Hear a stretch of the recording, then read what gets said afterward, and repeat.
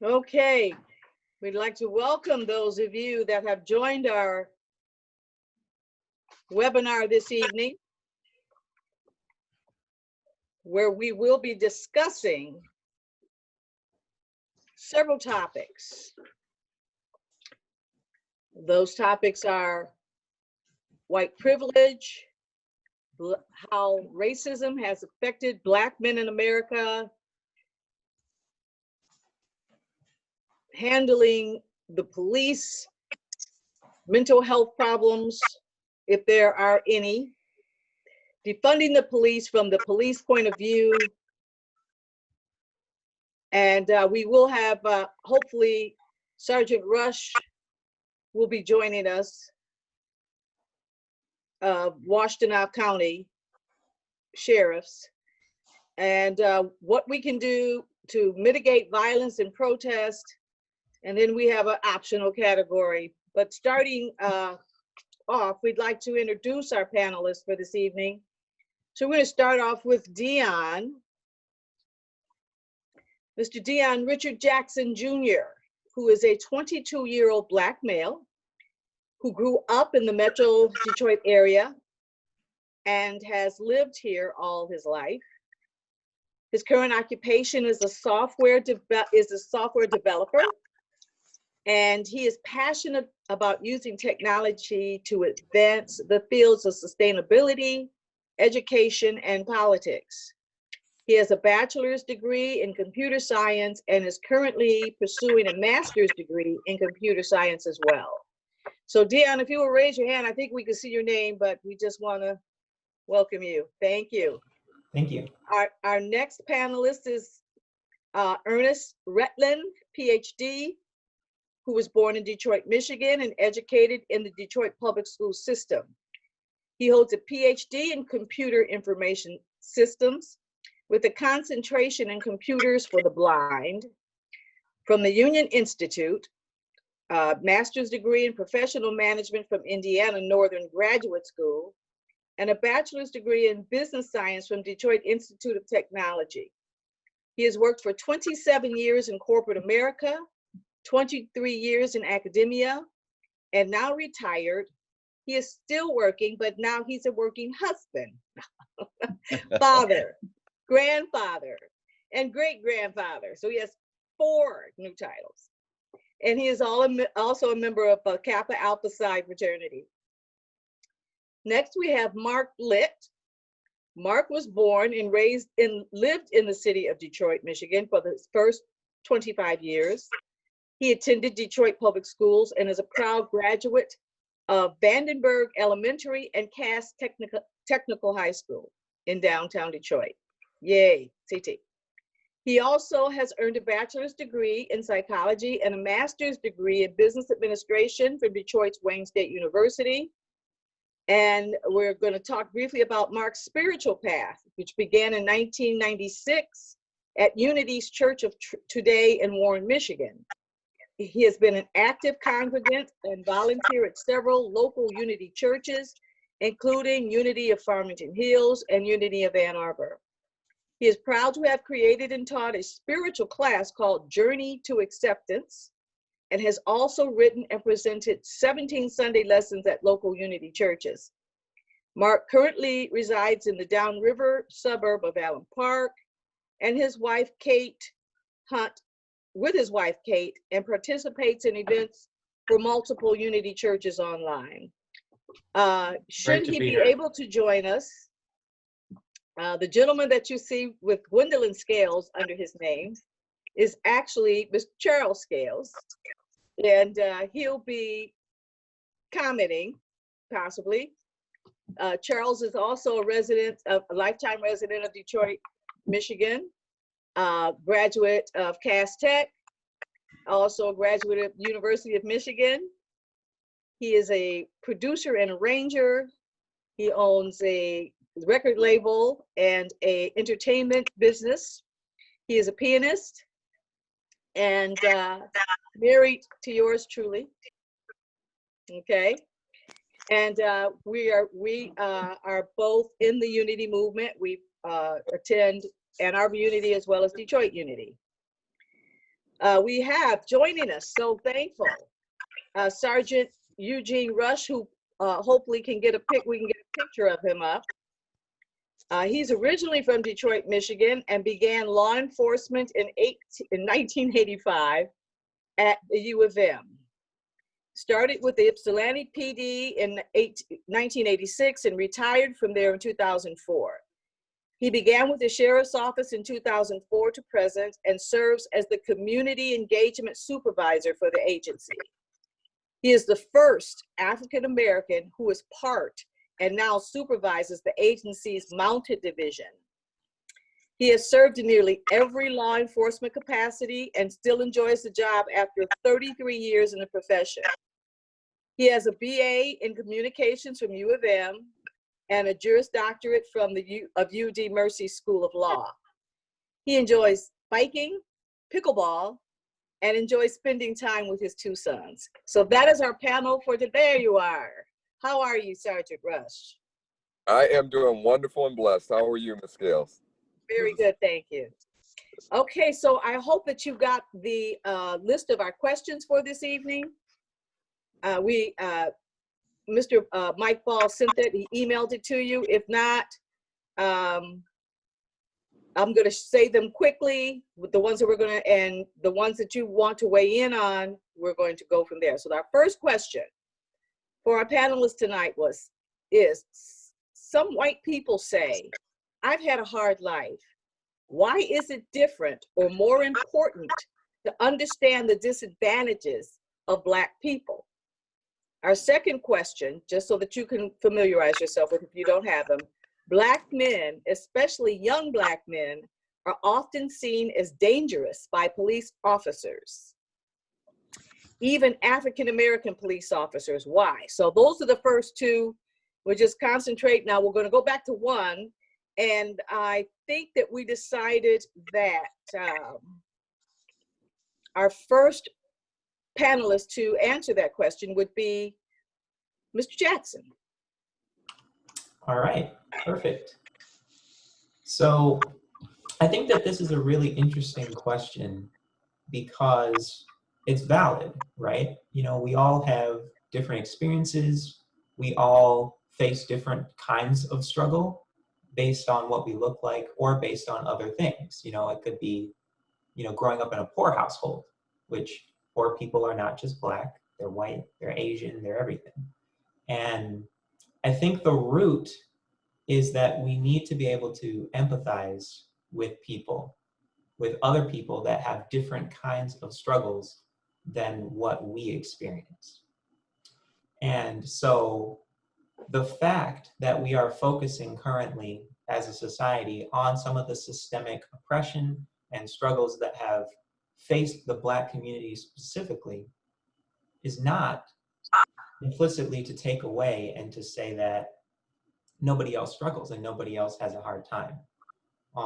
It's just the fact that you need to focus on things. You need to address one problem at a time. And we've reached a point as a society where this is, you know, we've chosen to go ahead and tackle this and, you know, stop letting it kind of slide under the radar. And so I really think that how we can sort of move forward in this way, right, is to think about how we can coexist and understand that, you know, me as a Black man going out in the world is different than how a white man or a white woman or an Asian man or an Indian woman might go out in the world, and they will experience different struggles that I may not even know about, right? And if I can understand that about them, then my expectation is that they should be able to understand that maybe there is something that I experience that is individualized from what they experience. Right, thank you, Mr. Jackson. Dr. Rutland, since you're already unmuted, we'll ask you the same question. And once you're done, if you can mute yourself, unless you're talking, that would help. Thank you. Very good. What we're seeing here is a pinned-up of frustration that's 300 years in the making. When we step back and look at how COVID-19 has impacted us. And it's only been around, what, for 9 months? And as a result, it has created a lot of chaos, a lot of violence. Crime may have gone down, but violence has gone up. So just imagine being oppressed for 300 years. That's pretty impactful. That's pretty impactful. And so it's different. It's different for Black folk. When you walk into an environment here in America, or when you're working in corporate, you are probably, depending on your profession, the only one in that meeting. And that can be very, very, very intimidating. Very intimidating. It can create a lot of pressure, a lot of pressure. So there's a difference between a Black person's experience and a white person's experience.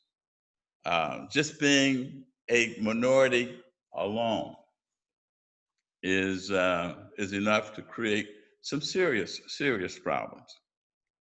So there's a difference. There is a difference.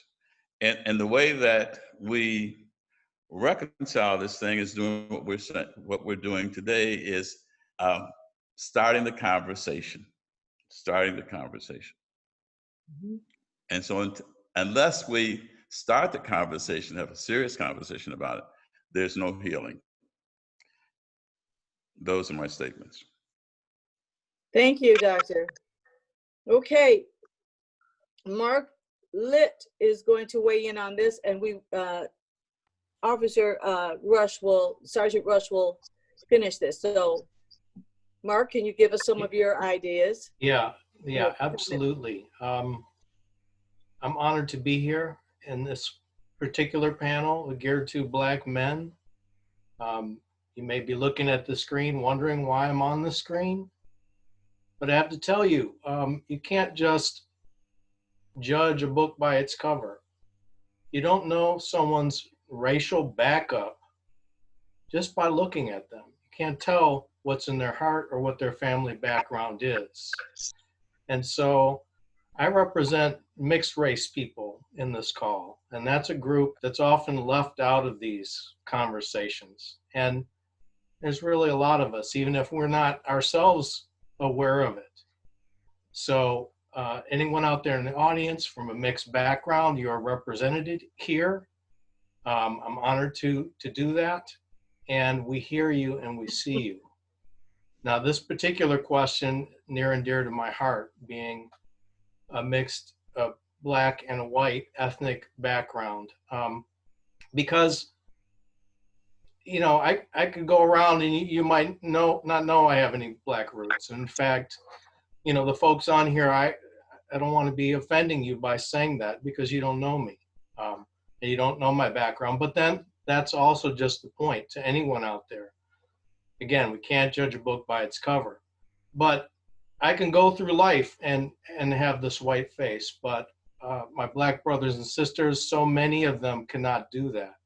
That's one minority group it's one group in our beloved society that, you know, can stand out. And when you're asking about, you know, having a hard time is all groups have people that have had a hard time.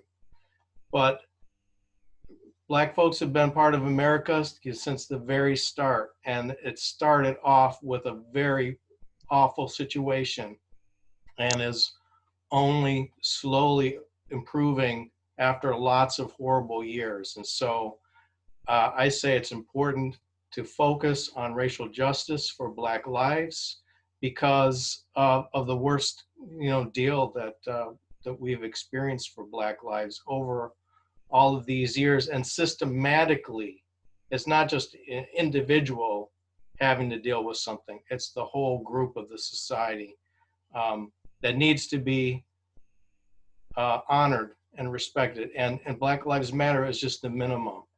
Black lives are valued and included and important and wonderful.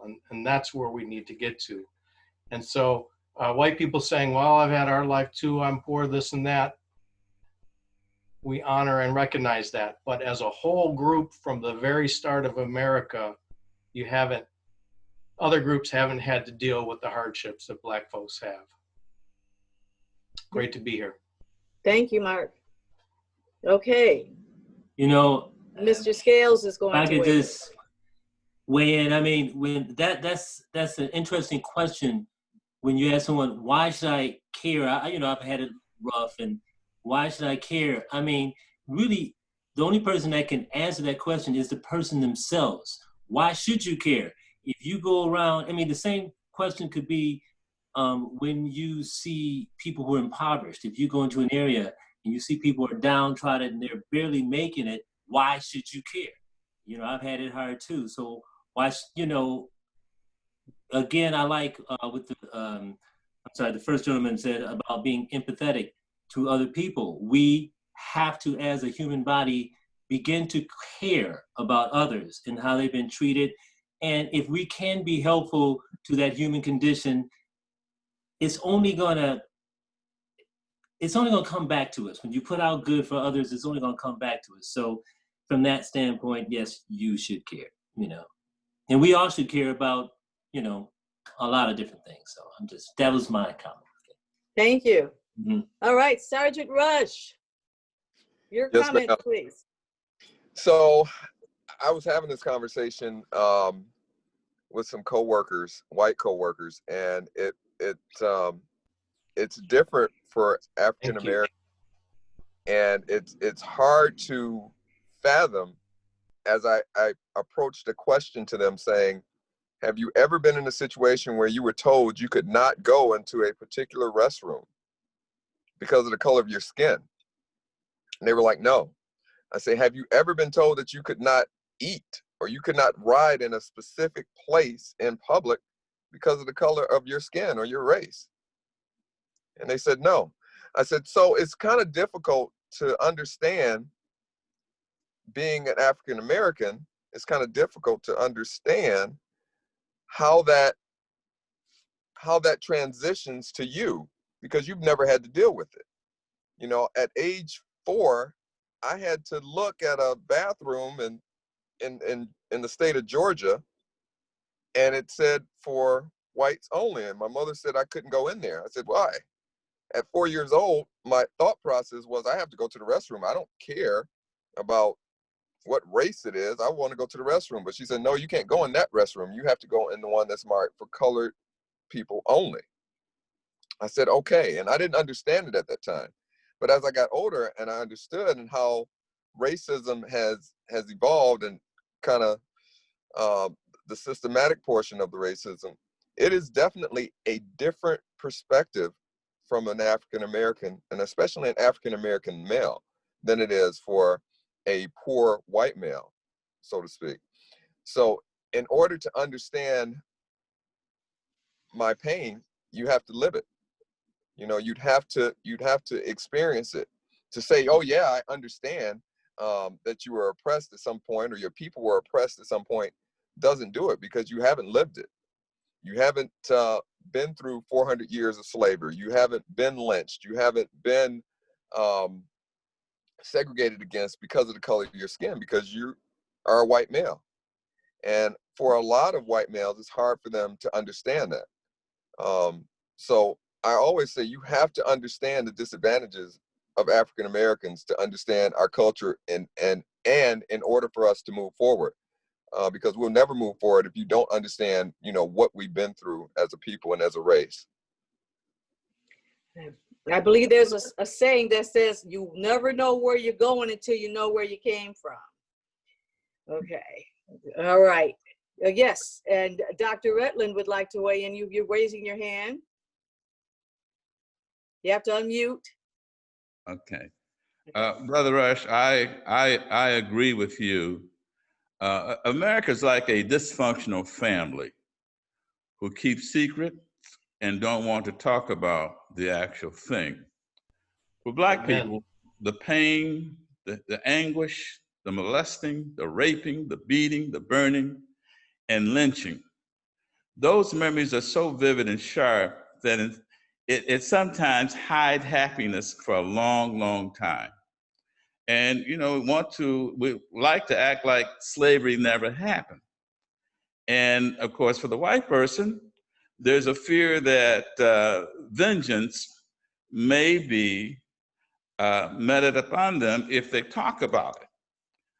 And that's a real serious concern. So unless folk have gone through that, unless folk have sat at the feet of their parents and watched their parents just cry and just shake when they talk about that, they just don't understand what that's all about. So again, and when that's the case, there's no healing. And so that's why we're doing a great thing by leaning into the truth and having conversation. That is the only way this separation, this division is going to be eliminated. And speaking of black bathrooms, white bathrooms, I remember taking a trip to Alabama in 1959, and I'd done something very, very stupid. Before I took the trip to Alabama, my mom said, listen, stay in your place. And as a young man, I said, okay, my place is where I am. So got to Alabama, and for the first time in my life, I saw a fountain that was marked white and a fountain that was marked colored. And so, you know what? I was curious. I wanted to know what the white fountain water tasted like. And I had drank from the white fountain. And my cousin, who was raised in the South, I thought he was going to have a conniption. He said, "We gotta get out of here. We're going to become another Emmett Till." But that was a very, very, very serious situation. I mean, Jim Crow laws were very active back in the day. We could have spent many, many, many, many days, many years in jail because of something as silly as that. And so if you don't or haven't experienced it, you'll just never know how that situation feels. Those are my statements. Okay, I would like to ask the panel one last question regarding this topic, and that is the ability of education in making sure that this is put in the schools so that it becomes a part of your learning process, so that you see it from early on. You can't experience it, but you can. And you don't have to wait until you're an adult, because Dr. Rutland, you mentioned that you went to Alabama. You had not been to Alabama before. I would have been curious as well as to what that was. That's a natural question for a young person. Well, what's different? Not understanding what racism really is and why it was there in the first place, okay? And staying in your place. Well, it's one thing to say something, but I think I would like how can we teach it to our young children? When should it start? And I'll start with you, Dion. So you have to take the same approach that racism is taught with if you want to teach people not to be racist, is my opinion. Because if you think about how we start to get into these situations and how society became okay with racism and with these different things going on, it was taught, right? People didn't just come out and they were just automatically racist towards different groups of people. They learned by example, and they were taught to be a certain way towards others through childhood and up into adulthood, right? And so now that we've reached a point where we are illuminating the damage that has been done, we have to understand how deeply rooted some of this energy is and work against it with equal and opposite positive energy, which can be instilled into young minds, whether it's by their parents, by their educators in their school system. Leadership, either by example or through lessons, is how you instill anything in a person. And so I think that we need to take that same approach when trying to figure out how to build a more equitable society where people have an understanding of what our history is, what happened, and how the world should be. Okay. Thank you. Dr. Retland would go in the same order that we did before. Dr. Retland? Just briefly. Unmute.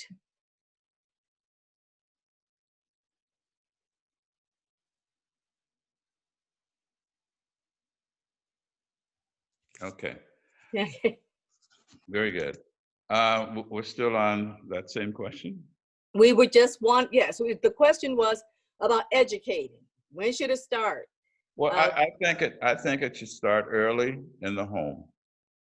I really do. It should start early in the home. I think it's important for parents to talk to their children. I think it's important that they should share their experience, not be afraid to share their experience, because if they don't share their experience, again, there's no healing, and healing only becomes by way of conversation. It's very important for them to understand Jim Crowism, understand what it means to be segregated, understand what they need to do on the streets in order to be safe. I think that all of that's important, and it should start at a very, very early age. All right, thank you. Mark Litt. Yeah. So, I mean, God bless the young people coming up, because I think they're a lot better at just all living together without judging each other. But again, like, you know, we learn from our parents, we learn from our relatives, we learn from our environment. And if those are negative, discriminatory lessons, you know, that gets passed down to a new generation. I think schools can do better in the fact of teaching history. I grew up in Detroit Public School, so I grew up with Black History Week, Black History Month, and even in that experience, I didn't know what Juneteenth was. I didn't know what happened on Black Wall Street. And so even a good history curriculum was found lacking. And so a more balanced history needs to be honestly taught in our schools. Beyond that, as Dr. Ernest was saying, I mean, we need to talk to each other and tell our stories and be honest about, you know, the good, the bad, and the ugly, truth and reconciliation, in order for us to, we got to admit the problem, we got to talk about the pains before we can make progress. Okay, thank you. And I'll add one thing, is that experience is the best teacher, as we've been saying. To walk, to, you know, if you can't walk in somebody else's shoes, whatever we can do to help give them an idea of those experience. For example, a good one I heard is at a restaurant, the sign, no shirt, no shoes, no service. And if you tell somebody, a white person, for example, what if that same sign said, white, you're white, no service? How would that feel to you? Then they could maybe feel palatably, just for a minute, what some of that ugliness was like. Thank you. All right. When you talked about education, if I could just weigh in for a second, who rewrites the history books? Okay, I don't know if every school district can pick its own history books. I don't know if there's been some African American authors who have offered a more intimate look at slavery and right after slavery and some of those things and the difficulties. I don't know if those are, they can be taught in our culture, but if they're not taught in other cultures as well, then no one can really embrace and know that, wow, those are some bad things that happened and we shouldn't do them. You know, after Nazi Germany fell, you know, you had maybe 20% of those folks that were actually Nazis. They were hateful people. You had another 20, 30% of the people who were just tacit. They said, okay, you know, whatever. You know, I just want to. If he's promising a better society, there's people who were hoodwinked into following that. But now they've been actually putting those years into their books, and they've been addressing that and say these were some evil years. We don't want to repeat these mistakes. Being hateful and being vengeful towards other people is something else. So when do we as a society, I mean, we've got a lot of travesties. We've got how the Native Americans were shuttled around throughout, but so the history books, I haven't seen a history book lately. Obviously, when I was taking history, none of these things were really addressed. And again, Mark, the same thing. I didn't have no knowledge of Juneteenth, and I was in a predominantly Black school. So even those, I don't know where we got our textbooks or whatever. So education is important.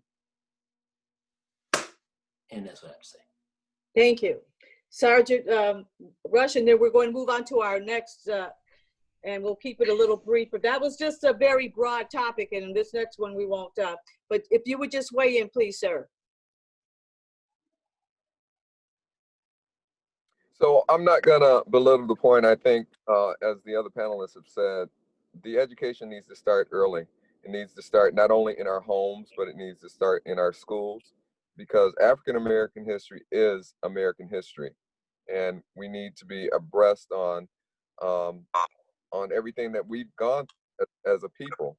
And I too went to a predominantly Black school, Northwestern High School in the city of Detroit, and did not know about June 10th. So Yes. it's something that we need to educate our youth on at a very early age. Thank you. Okay, we're going to move on to our next question. Black men, especially young Black men, are often seen as dangerous by police officers, even African American police officers. Why? And so I think that it would be appropriate to start it with Mr. Jackson, because he is a young African American man, and also have to Sergeant Rush weigh in on it second. Okay, so can we start with Mr. Jackson? Yes, absolutely. So this is something that is very near and dear to my heart, as many of you may have guessed. But I think the hardest part about this is that for most of my life, I have felt, and I'm 22 years old, turning 23 in a month. For most of my life, I have felt as though someone other than myself was telling me who and what I am and what I represent. And for someone to take my persona, my personality, my love for others, my, everything that is good and positive about me, which I strive to put forth into the world, and to tell me that that's not who I am, that's not what I'm supposed to be, and ask for me to move forward in that way is incredibly difficult. And it brings me to question myself and to ask, like, are the stereotypes that people say about me true? Are they accurate? Am I, implicitly these things? And it took me a long time to get to a point where I realized that that is not the case. I am Dion Richard Jackson Jr., and I am whatever I will decide to be. But there's a programming there. There's a programming for me to think a certain way about myself in terms of being like a criminal or a bad person or someone who's out to get others, in one way or another, and to just think that that's who I am. And for others to think that that's who I am. So it's a two-way street.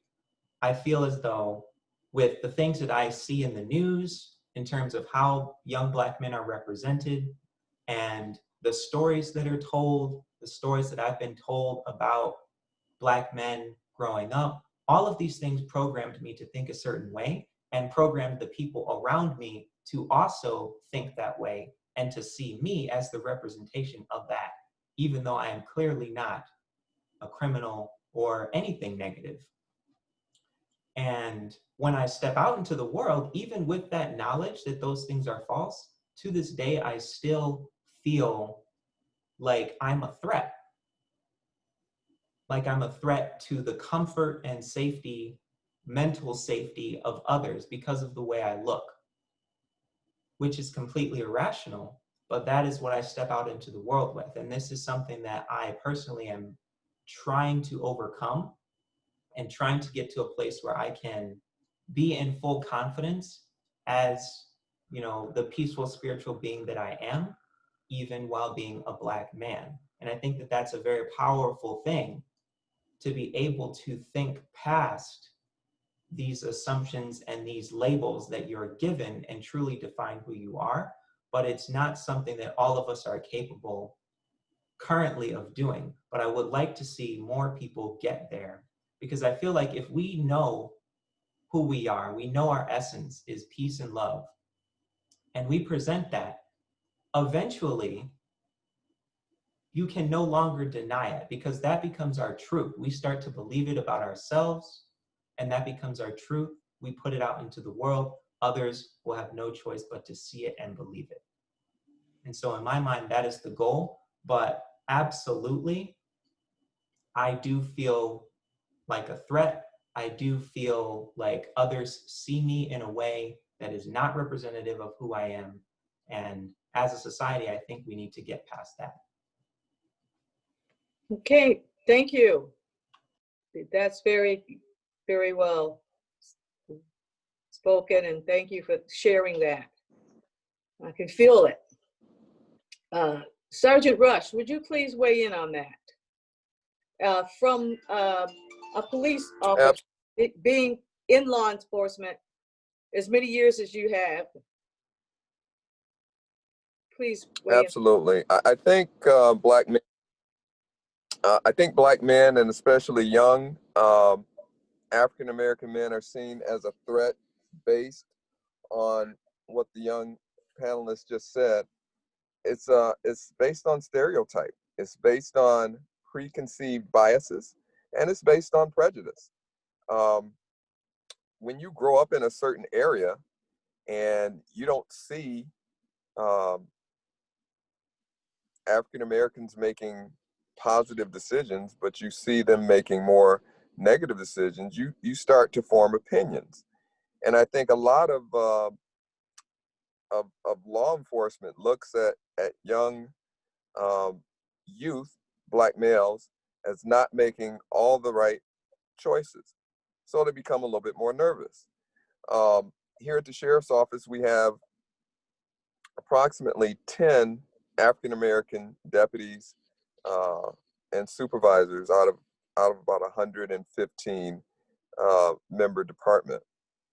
So I get a lot of questions on, well, why aren't there Black police officers in Black communities? And I explain that it's not based on race. We don't police based on race. We police based on personnel and where that personnel goes. So I can't control where the deputies work and where the officers work. They work in the areas that they are assigned to work. That comes with seniority. So if African American deputies want to work in, say, Scioto Township or Dexter or Chelsea or Manchester, they're more than free to do that. And that leaves other officers of other nationalities to work in the areas that are predominantly Black. They come with a preconceived bias, preconceived notions, and based upon their upbringing is how they perceive young African American males. And I think that how they view young African American males is twisted, distorted, based on what has been seen in the media, what has been seen through their own lens. And they come to the job, and a lot of the things that they see or that they respond to are just affirmations of what they've grown up with. And it's sad because, you know, you take a young African American male that has a do-rag on, with his pants sagging down. He may be a 4.0 honor student, but the look will tell something different. And how he's perceived by white America and by white officers is going to be totally different on how he's perceived by, say, myself or one of my other African American coworkers. And it's a sad perception because, you know, we have to respond to these communities of color, and, you know, we don't necessarily think that they're dangerous just because of their race.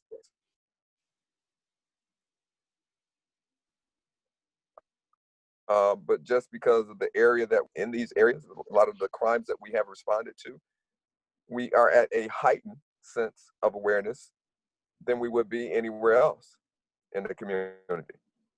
And that's, again, based on perception, based on how these young men have been portrayed in their communities, and by the types of crimes that we respond to. So it's something that we have to work on. We definitely have to have that conversation that not all Black people look alike, number one, and not all of us are alike. So you can't judge one young African American male based on the decisions of another. It goes the same way in law enforcement. It doesn't matter what happens in Wisconsin or California or Texas. And it doesn't matter even the race of the officer that commits an offense. I'm still going to feel that pressure here in this community, regardless of where it happened at. So, and it's a perception that people have, and we have to start having that conversation and saying that we're not all alike, we're not all the same, and we have to be judged independently for who we are. Yes, Mark. Yeah, I'm so glad to hear the word stereotypes come up quickly, because, you know, it's human nature to generalize about groups of people. But this conversation really helped me clarify something I've been thinking about for years, and it's just the idea that, you know, all groups have all kinds of people, a big spread, a big diversity. Okay, but if I'm say a police officer, and it's the job of the police officer to deal with people that are, you know, criminals. And if I come from a white background, I don't know any Black folks, but the only Black folks I see are at work that are criminals, I can see how that thought might get in my head. Oh, there's more Black criminals, because that's, from my background, that's the only time I see Black folks. They don't realize that there's this whole wonderful spectrum in any group. And so that's a function of us living in a segregated society, or at least separate, and not knowing people in different groups. But this reminds me of conversations I used to have, especially when I was younger. I'd go some places, you know, visit white friends, family, relatives, oh, where are you from? Well, I'm from Detroit. And then the other white person would get real quiet. And the first thing they say is, aren't there a lot of cars there? That's where they make the cars. Yeah. Then they'd get real quiet. Aren't there a lot of Black people there? And aren't you afraid? And that's how the conversation would go, because, again, those are police only seeing criminals, but those are white people living in white suburbs. They only maybe saw Black people on TV. And so those stereotypes are in their head. And I used to, I'm remembering the script I used to use. I used to say, you know, I go to an 80% Black high school, okay? And you have to understand that Black folks are just like any other group. There's all the same personalities in my high school as there are in your high school. There's the smart kids. They're the troublemakers. there's the jocks, there's the nerds, there's the pretty cheerleaders. It's all the same person. And they would just, oh, wow. And it's just a function of not knowing people from these different groups and going by the stereotypes. And that's why we need to live together, or at least interact together more, to break down these barriers. Okay, thank you. Charles or Dr. Ernest, would you like to weigh in on that? And then we'll move on to our next topic. Yes, you know that fear has a tremendous impact on the behavior of folk. They say that fear is expected, or fear is education, that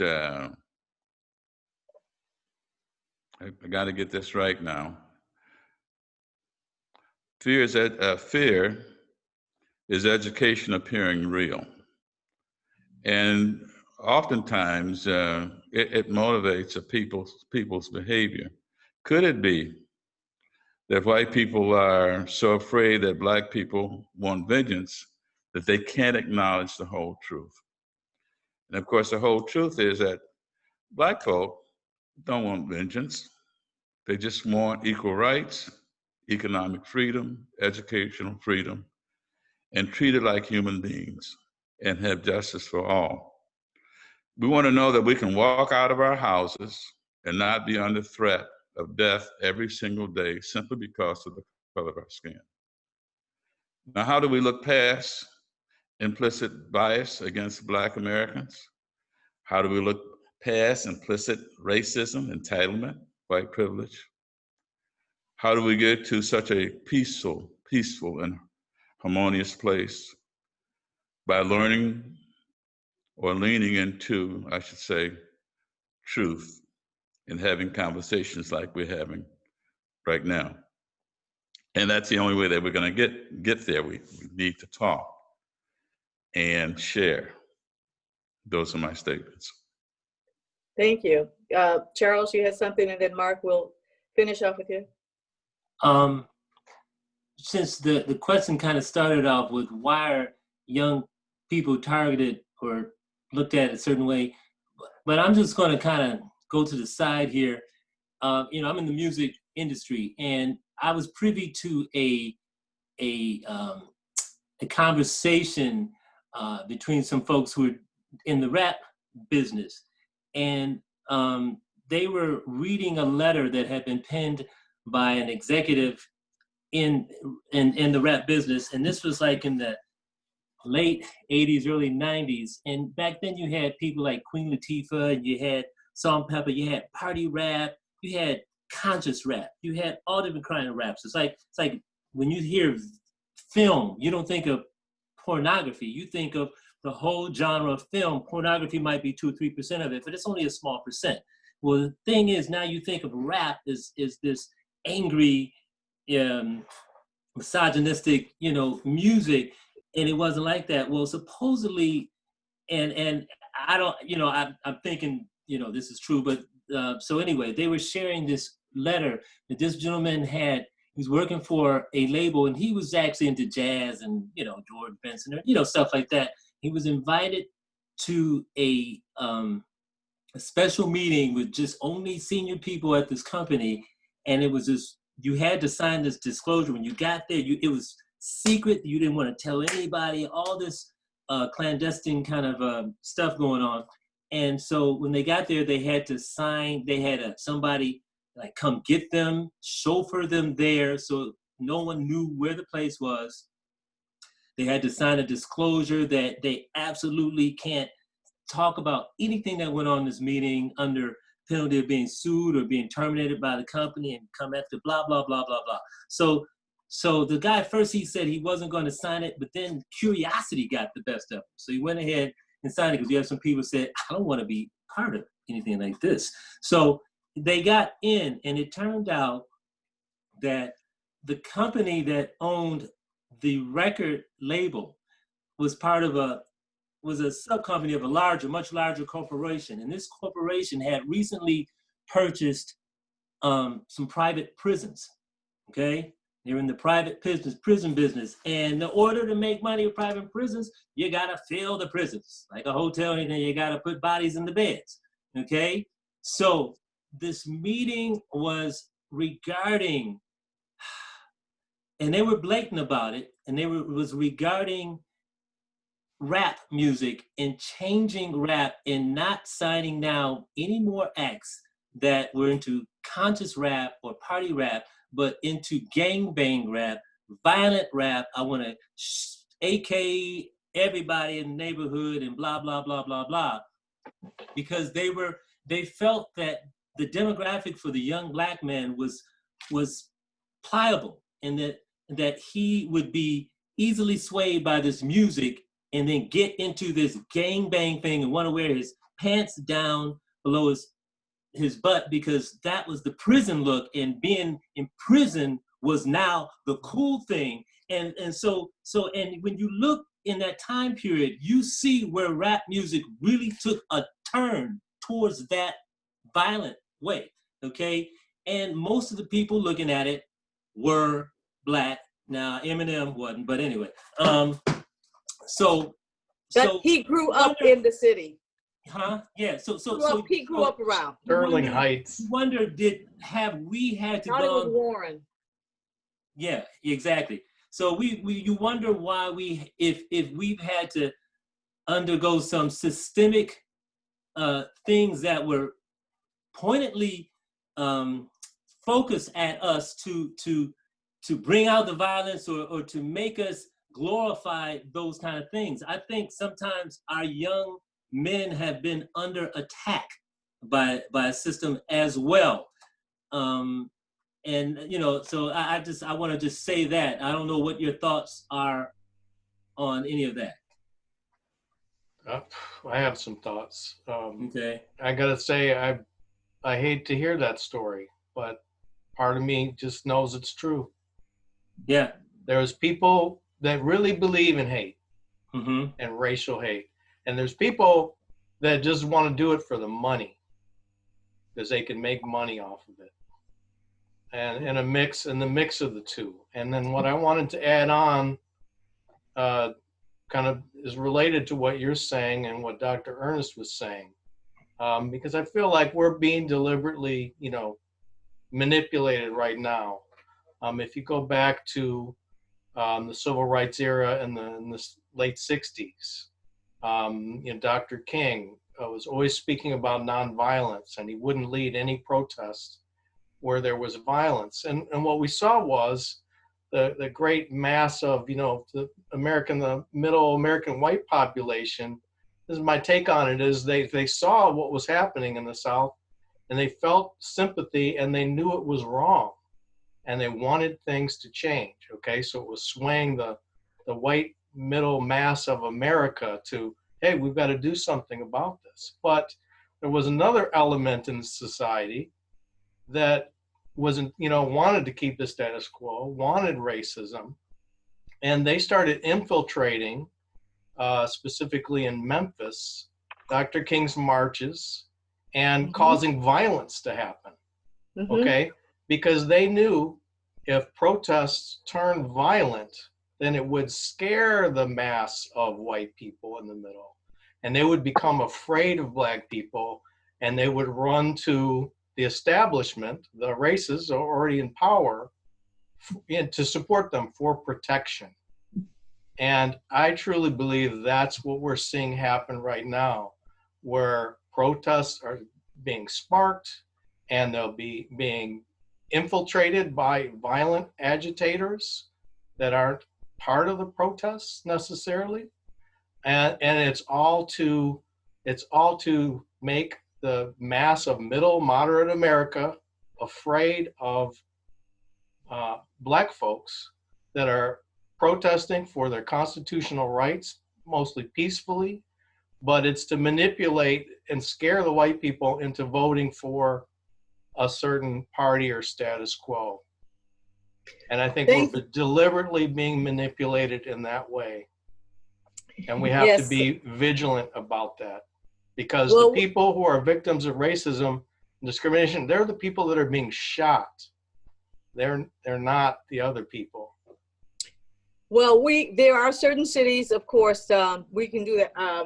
I'm looking at our time, and we knew that when we got into this was not something we were going to be able to cover in an hour. So what we're going to ask, there are some people that might have some questions. Just on our first two questions alone, we've covered a lot, but we still have two important questions that we'd like to cover. So what I'd like to ask our panelists to do is if we could invite you back for a second half and get to the other two questions, which were, of course, defunding the police from the police point of view, and police unions, how they have I have a big say in what goes on with the police forces when it comes to going back and forth. Also, policing the police handling of the mental health problems, and why it has become their job and not a person that is trained to handle that. So those are two of the questions that we would like to table until our next webinar. But I would like to, there are some people, Mike has let me know that there are a couple people that have questions, and I'd like to get to those before we go into those. We're not going to have time to go into those other two questions, okay? So I have one chat here. And maybe Mike can put those up so that we'll know what questions and answers. No open questions. Okay. So, Mike, where are we with questions?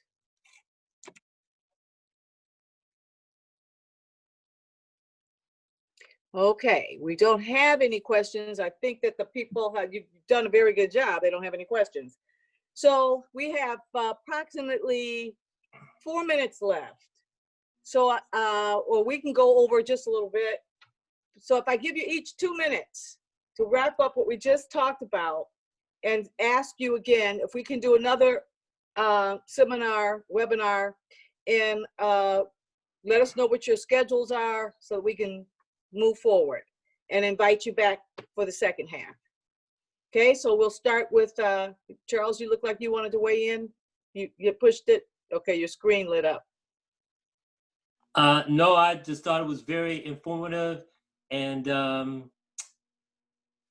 it's also complex, but it begins in situations like this where we just have open dialogue, and we just, everyone shares their ideas and weighs in on it. So I'm very much looking forward to the next one.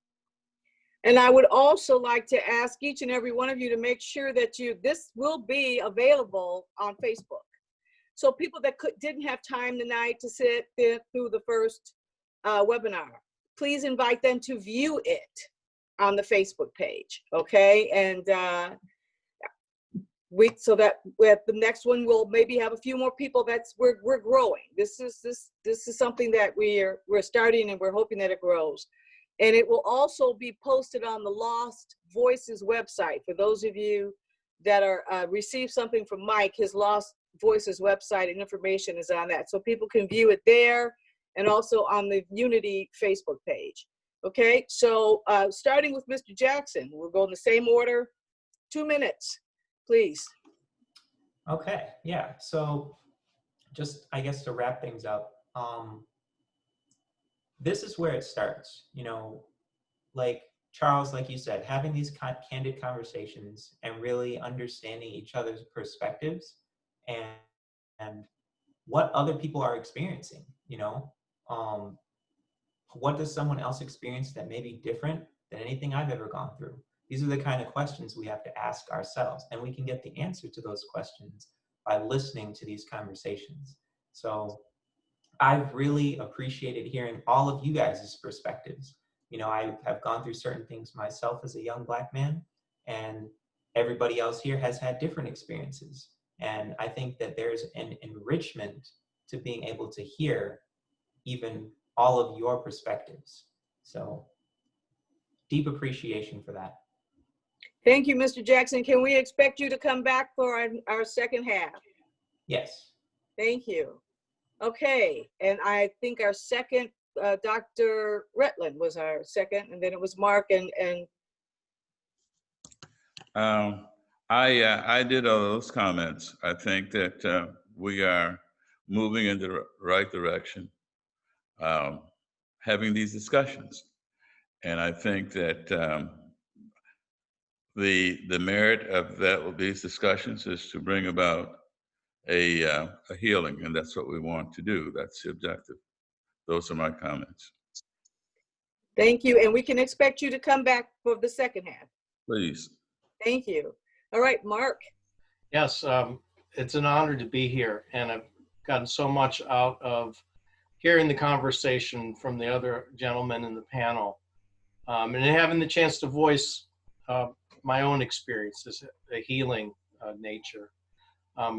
Specifically, really appreciate the fact that we've got some different ages and generations. It's fantastic to have that as part of the panel, as well as I'm very honored, and it's very important to have a voice of a police officer. So thank you very much, Sergeant Rush, for being here, and I look forward to talking more. It's, you know, the police have such a hard job, so much put on them, and it's such an important group. And having you part of these conversations, having police integrate with the community, and it's just so important. So thank you very much for being here, sir. I just want to end by saying we all, you know, need to be aware of what's going on in the media. Do not let fear steal our opinion, and don't let it steal our values or our voice or our vote. We have a very important election coming up. And so, you know, be careful about who you listen to and who you get your facts from and what buttons they're trying to push in us. I'll just echo that us talking is the way change happens. And indeed, if we can all share these Facebook videos with our friends and wider community, then maybe that opens the door a little bit to conversations with other people. Again, I was very happy to hear Sergeant Rush talk about having, you know, a discussion like this with his white colleagues. I mean, that's so important and fantastic. And so maybe if we share with other people in our church or family or other people, and you know, some of them might watch these videos, and then that gives us something to talk about. What did you think about what that one guy said? Oh, I remember this point. And it's a way to open up that dialogue. So I encourage us all to do that. And I'm very much looking forward to talking some more at the next webinar. Thank you. All right, Sergeant Rush. Thank you very much for inviting me and having me on the panel. I appreciate and learned a lot from the other panelists. And just, I would say that we have to have this kind of conversation. We have to continue this conversation. Racism is not going to go away in a day. It's been a number of years that it's been going on. But we need to have open and direct conversations. And I think this was a great way to do it. And I would be more than honored to come back and talk about the other topics that you had raised. And thank you for having me. Thank you. We'll make sure that you get those, you know, ahead of time so you can organize your thoughts. And just would like to thank each and every one of you for being part of this. This is really important. And as you said, this is one step in the right direction. And so that's it, as in many. And I haven't forgotten Charles. Charles led off the Mike just sent me something saying, don't forget Charles. Charles, would you be welcome? You'll be welcome. You want to, I think you said something at the very beginning, but that you would be welcome. You enjoyed it, but just to repeat. Absolutely. You know, I'll be in the other room, you know. Okay. All right. We got it. Mike said, oops. Yeah, I got a great, you know, it's great hearing a perspective, like say, Deanna, with the youth perspective, with the the officer with the law enforcement perspective, you know, I'll try to keep it with the Cass Tech perspective, you know. So again, that story I was telling you, that was an interesting thing. To me, it was a systemic attack on young people. They said it was young urban people. The person that day, he ended up, a lot of people, some people said, what the heck are you guys talking about when they were talking about that meeting about filling these things and switching to the rap? This person ended up leaving the meeting, and then he was told that, you know, you can't say anything. So he didn't for years, but then he left the industry and then came out and started to talk about it. But again, you know, when you find out maybe our youth have been unfairly, systemically targeted. Okay, targeted. So I mean, all kids are gonna get into mischief, but when you're targeted for violence and things, so now not only do we have systemic racism, but you have people targeting you to make the wrong decisions, like the officer said. Yeah, Constantly, groomed. you make the wrong decision. That's not good. And those things we need to find out about. We need to eliminate those, and we need to level a playing field and move forward. Well, thank you so much. And okay, Mike is chatting with me and saying really cute things. So let's all thank Mike Ball for putting this together, because he actually is he's our IT guy and making sure that we all get these things together. And I look forward to chatting with you again. Thank you for allowing me to be part of this, being your moderator. And everyone have a safe and pleasant evening. And we look forward, we will reach out to you, send us your availability, and we will set up our next webinar. Thank you. Outstanding. Thank you very much. Okay, good night. Have a great night. Good night, everyone. Thank Good you. night.